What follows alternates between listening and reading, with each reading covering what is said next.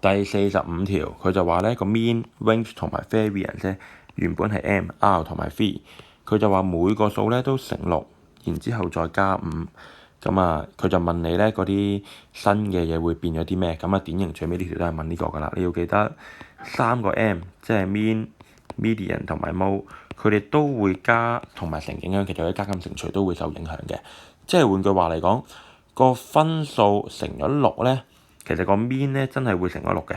然之後個分數加咗5咧，每個人都會多5分，個平均其實都會多咗5分嘅。所以新嗰個 mean 咧就係6m 加5，一係啱嘅。第二啦，個 range 咧，你要知道，無論係個 range 定係 SD 定係個 interquartile range，佢哋只會受乘數或者你除數啦，除以即係乘1/2啫，受影響嘅啫。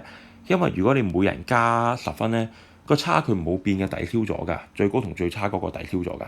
唯獨是如果你乘嘅話咧，咁佢就會越嚟越差得越遠啦。咁啊，所以咧，其實佢而家講緊個 range 咧，其實佢只會係原本個 range 乘6，就唔會加5嘅。咁所以2就唔啱啦。咁啊，去到 variance 喎，variance 你要記得咧係最特別嗰個，因為佢係等於 SD 嘅2次方，佢受嘅影響咧都係特別唔同嘅。舊嗰個係 v， 佢會受乘嘅影響，咁啊，但係佢會乘 square 嘅，乘2次嘅。換句話嚟講，佢會由原本個 v 咧乘咗6倍，再乘6倍。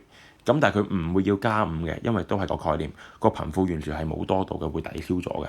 咁所以其實新嗰個 variance 咧應該係等於36倍舊嗰個，就唔係佢嗰條式嘅。所以答案咧就係 A。